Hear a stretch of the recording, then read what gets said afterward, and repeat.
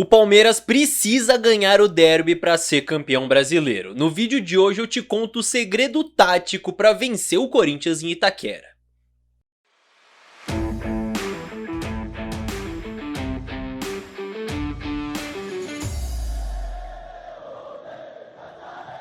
Salve, salve você que acompanha a Análise Verdão aqui no YouTube, meu nome é Leonardo Suzuki e sejam muito bem-vindos a mais um vídeo, a mais uma análise tática importantíssima, porque é hora de falar de Palmeiras e Corinthians, Corinthians e Palmeiras que acontece segunda-feira, e quando eu digo que o Palmeiras precisa ganhar esse derby para ser campeão brasileiro, eu não tô falando simplesmente de matemática, que o Palmeiras precisa ganhar esses 3 pontos para ser campeão, não é isso, esses pontos até podem ser recuperados, mas aqui eu tô falando que o derby significa muito mais do que 3 pontos. Além de ser um jogo em que uma vitória te dá muita moral, principalmente pensando em uma reta final de campeonato, o Palmeiras ainda pode complicar demais a vida do seu rival e vamos combinar, o Palmeiras tá precisando dar uma resposta em jogo grande nesse 2024, tá aí a oportunidade. E não se engane simplesmente pela posição na tabela ou pela eliminação do Corinthians na Sul-Americana e ache que vai ser um joguinho fácil,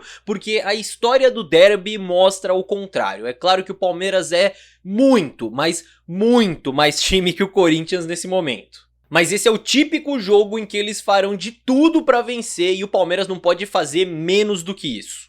E além da mentalidade e da postura correta, é importante que o Palmeiras entre com a estratégia certa para superar taticamente esse time do Corinthians. E para entender qual que é a estratégia certa, a gente precisa entender como joga o nosso adversário. Em termos de formação tática, que você pode chamar de 4-3-1-2, 4-1-3-2, 4-4-2, não importa. O importante é entender que tem uma linha com 4 jogadores atrás, um formato de losango no meio campo, com volante central, 2 meio-campistas e um camisa 10 e uma dupla de ataque na frente. E é um time que muitas vezes acaba dependendo de algumas individualidades. Dentro dessa formação, a gente pode ter o Hugo Souza no gol, certo? Na direita, Fagner ou Mateuzinho, e na esquerda o Matheus Bidu. Na zaga eu coloquei aqui Félix Torres e Gustavo Henrique, porque o André Ramalho foi suspenso pelo STJD, mas se o Corinthians conseguir um efeito suspensivo, ele joga, ele é titular do time. Indo para esse meio campo, esse primeiro volante ali, o cabeça de área, é o José Martinez. Aí você tem 2 meio campistas, sendo Carrilho e Charles, os dois que têm jogado mais, mas pode jogar Alex Santana, pode jogar Breno Bidon por ali. O Garro é esse camisa 10, esse meia que fecha o losango no meio campo. E na dupla de ataque você tem às vezes o Romero jogando e tal, mas principalmente Memphis Depay e Yuri Alberto. Esse é o Corinthians. Indo agora para táticas de ataque, é um Corinthians que de fato tem tido dificuldades quando precisa correr atrás de um gol. Foi um time de muita posse de bola, mas de pouco repertório e de poucas chances criadas nos 2 mata-matas em que foi eliminado, contra o Flamengo e contra o Racing. Por isso, como eu disse, depende muitas vezes de algumas individualidades, né? Aqui, por exemplo, você vê o Garro e o Carrilho recuando na saída para tentar fazer uma saída de bola mais limpa, né? O que nesse caso até funciona, é fato, mas você vê que depende da qualidade desses jogadores com a bola no pé para encontrar algumas soluções. Muitas vezes você vê o próprio Depay recuando para ajudar na saída de bola, né, para ajudar na construção. Ele gosta de fazer esse recuo até para tirar o zagueiro do adversário de posição, isso é um detalhe que vale o Palmeiras ficar esperto. E ele em si é um jogador que tem sido muito falado, que não está 100% fisicamente ainda, dá para ver claramente ao longo das partidas como ele cai, como ele se desgasta ao longo do jogo, mas é um jogador claramente diferente. Então esse é um ponto que vale ficar esperto, vejam como ele busca sempre esse posicionamento no espaço vazio, aqui entre as linhas de marcação do adversário, e ele tem muita facilidade para encontrar soluções em espaço curto, para se entender com o Yuri Alberto, que vai muito bem nesse desmarque, nesse ataque às costas da defesa, então realmente é um ponto a ficar esperto. Junto a essa dupla de ataque, a essa dinâmica, você sempre tem o Garro ali, né, que é esse camisa 10 do losango, sempre vindo de trás, lançando, né, tendo uma liberdade também de movimentação. Então, se tem algo pro Palmeiras ficar esperto nesse jogo do ponto de vista do ataque do Corinthians, é de fato essa dinâmica da dupla de ataque, desses 3 jogadores da frente. São jogadores que o Palmeiras não pode ficar dando espaço, né, não pode ficar dando mole ali pro Yuri Alberto se desmarcar, pro Depay ter espaço pra pensar, pra jogar, enfim, é encaixar a marcação e chegar firme.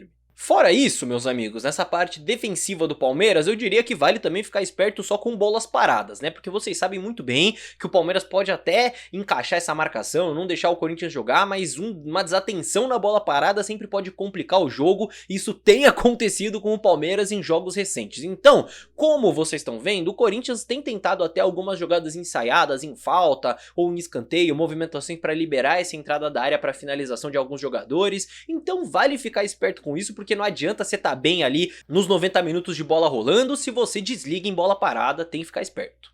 Agora, o segredo para a vitória do Palmeiras passa muito pela parte defensiva do Corinthians, porque tem alguns erros que eles têm cometido que o Palmeiras precisa aproveitar. Primeiro que eu acabei de citar a importância desse trio de ataque, né, vou chamar assim, na parte ofensiva, mas na defensiva eles deixam a desejar, viu? Olha como nem o Garro, nem o Yuri, nem o Memphis participam da fase defensiva nesse lance, basicamente só ficam ali esperando. Aqui o jogador do Atlético teve liberdade para cruzar e gerar uma chance. Mas isso é um negócio muito perigoso de você fazer, defender com 3 jogadores a menos. Vejam aqui como o adversário, só de fazer uma finta ali, de bater a primeira pressão ali na construção, já se abre completamente a defesa. Ó, conta comigo, 1, 2, 3, 4, 5, 6, 7 jogadores só nessa imagem, sendo que 3 estão atrás da linha da bola. E olha a quantidade de espaço para ser aproveitado, né? Parece até que era um contra-ataque, mas não, era uma saída de bola. Isso tem uma lógica por trás? Teoricamente sim, né? Você libera esses 3 jogadores de tarefas defensivas mais complicadas, e aí eles já ficam prontos para puxar um contra-ataque se o Corinthians recupera a bola, ou também tem um pouco mais de energia na parte ofensiva, né? Nesse caso, por exemplo, o Corinthians recupera a bola e isso funciona, né? A qualidade deles acaba falando mais alto e o gol sai. Claro que o Palmeiras precisa ter um certo cuidado com isso. Mas e quando eles não recuperam essa bola? Aí o negócio complica, né? Vejam só nesse lance como a marcação tá encaixada, mas sem muita intensidade, né? Sem muita pressão, facilmente manipulada ali para abrir espaços, e quem vai infiltrar na defesa do Corinthians é o jogador que o Garro deveria marcar, deveria acompanhar, mas ele não acompanha, né? Ele desliga ali total, a infiltração acontece com liberdade e o gol acaba saindo. É claro que num contexto de derby, jogando em Itaquera, precisando dar uma resposta pra torcida, desesperado por ponto, é claro que todo mundo vai correr mais, isso é óbvio. Então a gente vai ver o Garro voltando mais, o Memphis dando carrinho na lateral, o Yuri Alberto principalmente, que é um jogador que até se doa mais na parte defensiva, pressionando bastante. Num contexto desse, em clássico, todo mundo acaba correndo um pouco mais. Mas o fato é, esse trio não está acostumado a voltar para marcar, ajudar na parte defensiva durante 90 minutos. Eu acho muito difícil que eles consigam fazer isso contra o Palmeiras. Então se eles não fizerem isso ao longo de 90 minutos, o cenário é, ou vão precisar fazer uma alteração no time, mudar a formação, mudar jogadores, tirar alguém por ali para melhorar essa marcação, ou então, em algum momento da partida, o Palmeiras vai conseguir atacar contra 7 jogadores, né? 7 marcando, sendo que 3 estão meio alheios da parte defensiva. E aí, meus amigos, o Palmeiras tem que aproveitar.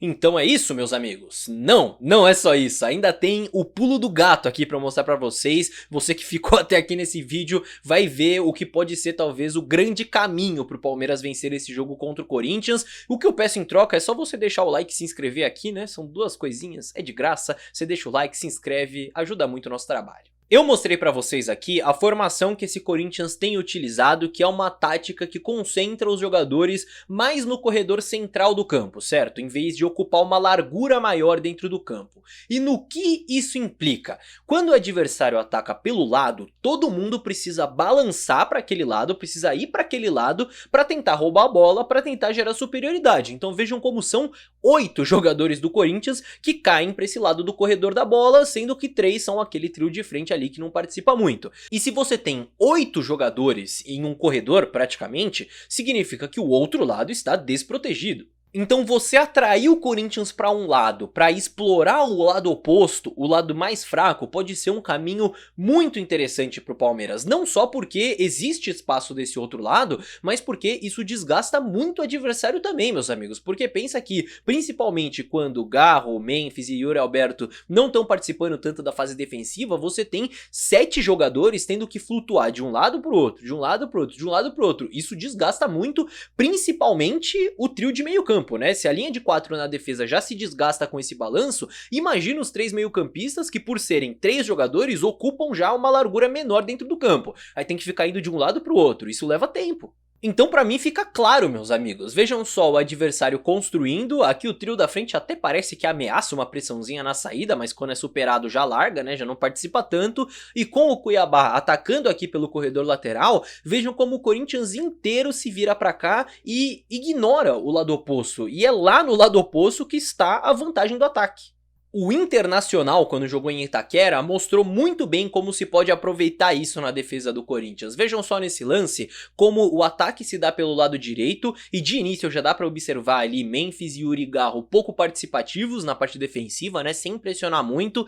E olha só como o comportamento da defesa do Corinthians de gerar uma densidade maior nesse corredor da bola, né, de colocar mais jogadores ali pra tentar recuperar a partir de uma superioridade, eles colocam 9 jogadores do Corinthians contra só 6 do Inter, então cria essa superioridade numérica no corredor, mas de nada vale você criar a superioridade se você não se aproveita da superioridade, e se você tem 9 jogadores em um corredor, o lado oposto está basicamente vazio, e quem pode se aproveitar disso, obviamente, é o lateral do lado oposto, é o lateral esquerdo, então olha como o Bernabei aqui do Inter identifica esse espaço para infiltrar como um elemento surpresa nas costas de todo mundo, basicamente, e receber com muita liberdade para bater, aqui ainda conta com uma pitadinha de sorte com o desvio para fazer o gol.